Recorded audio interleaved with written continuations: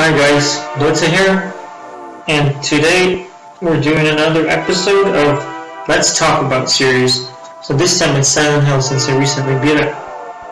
Silent Hill, it's one of those psychological horror type of games that I've always been interested in, the way the mind works. The first 4 Silent Hill games are probably one of my favorites. I'd say Team Silence, Silent Hill, are what Silent Hill is about. Everything else is just kind of like an imitation, but they're not real Silent Hill games.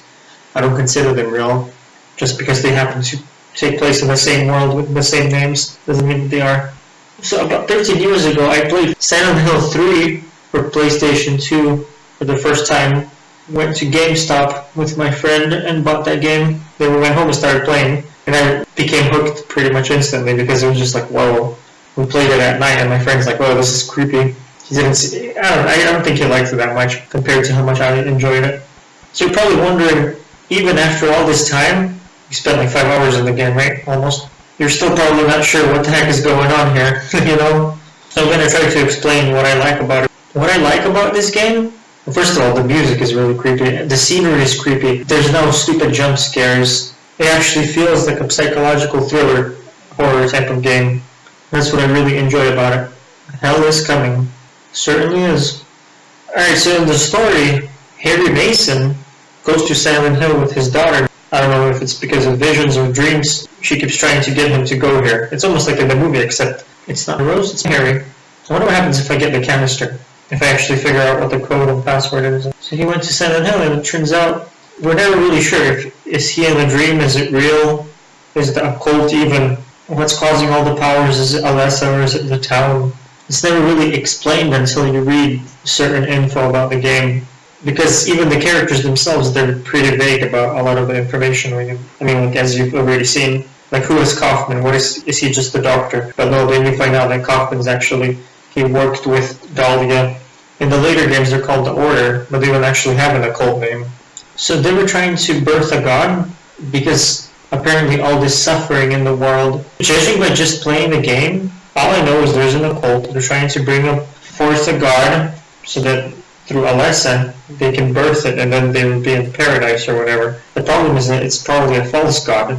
Realizing that this god is bad and it's not going to actually help, unless it splits her soul, there's a boiler explosion, she catches fire, and they try to get her to birth their god, all this other stuff. I mean, they meaning Dotsya, Kaufman, and like a few other members of the cult, but it doesn't work out because part of her soul is split into what's known as Cheryl. And Cheryl comes back 7 years later with Harry. Harry adopts her. He finds her with his wife when she was a baby. So he comes here and Cheryl runs off. But the reason why she runs off is because she's trying to reconnect with Alessa. She's projecting her will or whatever onto Cheryl to bring her back to herself.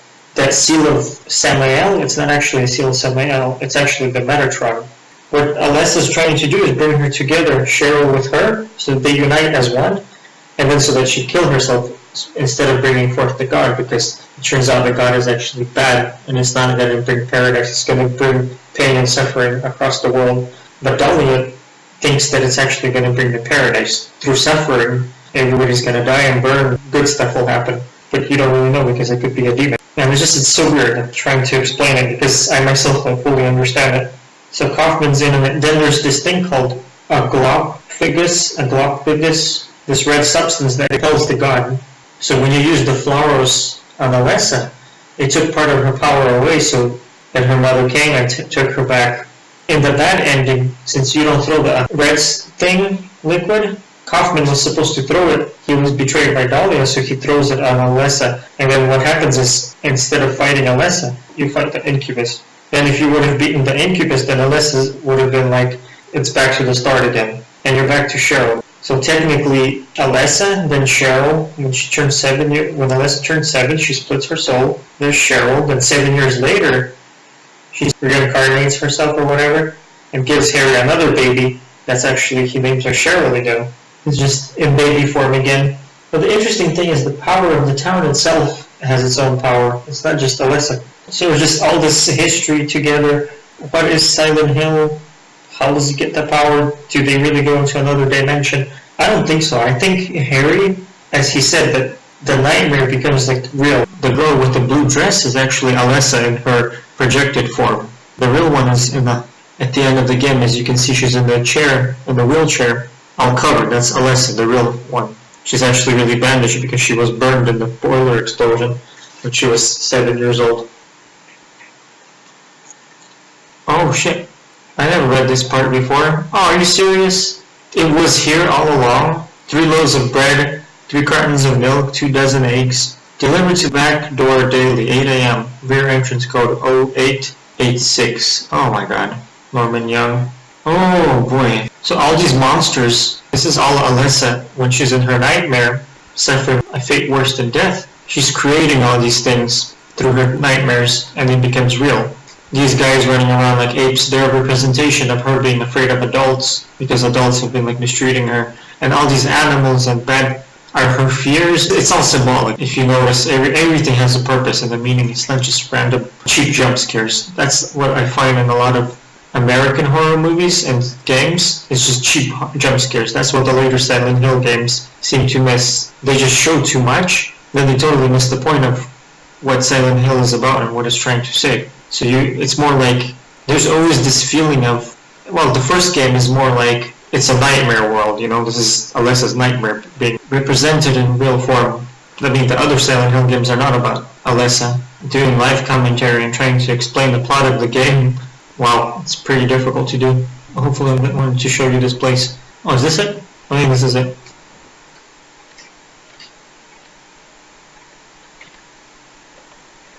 Nice. Excuse me? Excuse me.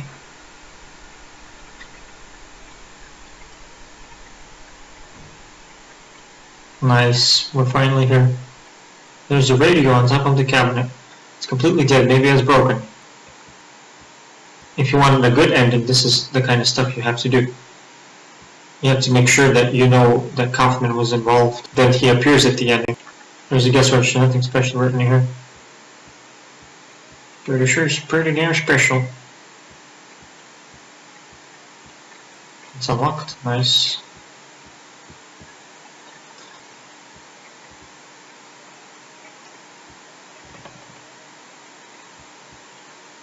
September 10th. Took package. Told to sit on it a while. Don't want to get involved, but can't disobey. It's probably linked to the death of the mayor and others. The interesting thing about Silent Hill is that it's both the power of Alessa and the townspound that's causing all kinds of problems. But in this one, it's mostly focused on Alessa. In the later Silent Hills, it's the town itself. A lot of mystery surrounding it. Like that fog world in Silent Hill, a lot of the places look abandoned, but they're not really abandoned. People actually live there. It's just people who come there, they're under the influence of the town. So what they see is not really its natural state sometimes. Like the Dark World, the representation of Alessa's nightmare. Newspaper? It's the same date as the one in the hospital. Investigation stalled. PTV dealers still at large. Suspicious deaths continue like the anti-drug mayor. A narcotics officer dies of a sudden heart failure of unknown origin. Oh, this is how I get it. Okay. A poster on the wall. Don't look at that now, though. It's like a half-naked woman, and there's a magazine of a naked woman. Here is being lonely. Use Kaufman key. Okay, so now I should be able to get it. I might not be 100% accurate when explaining this story, because I myself am not sure, you know. I mean, I watched the Silent Hill experience, I watched what other people said. My knowledge is pretty limited compared to theirs. Thin magnetic rod with a string attached in the motel office. Like some people say, the other world is an alternate dimension. Some people say that Alessa wanted revenge, that she was burned on purpose by her mother and the cult, that it wasn't because of a boiler explosion that she's burned, you know? What the fuck?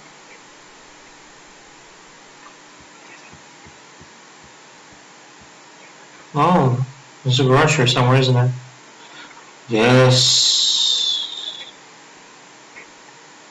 An old watch that looks like it's been sitting here for years. That's weird. The dust is wiped away just around the gas tank cap. Now you know, Harry. Key to an old motorcycle which was dropped between the floorboards in the motel room.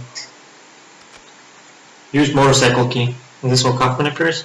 A small glass vial wrapped in a plastic bag. What's this? It's like the plastic vial they found in the director's office at the hospital. Oh shit. Give me that. What is this? Seriously? That's none of your business. I'm pretty sure it is.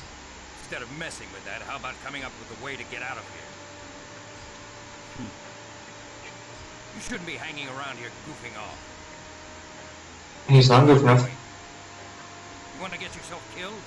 Get out of here. Hey, I just saved your ass back there in the pool place. You should be thanking me. Keep your mind on business. Got it? I don't like being threatened, Kaufman. And was she pissed? And such a rush too. I guess I wasted my time. Better hurry, I'm worried about Cheryl. Yeah. Now he's involved. Now at the end of the game, he's gonna throw it on Alessa. And ruined the moment for all of us. So now you saw that, now you shall know. Personally, I like the soundtrack to Silent Hill 2 and 3 more than this one, even though this one did a good job at all these weird noises. I guess the tank controls work well for Silent Hill type of games in Resident Evil. Well, that's been another episode. I'm just gonna have to say thank you for watching, guys. I'll see you next time. Bye!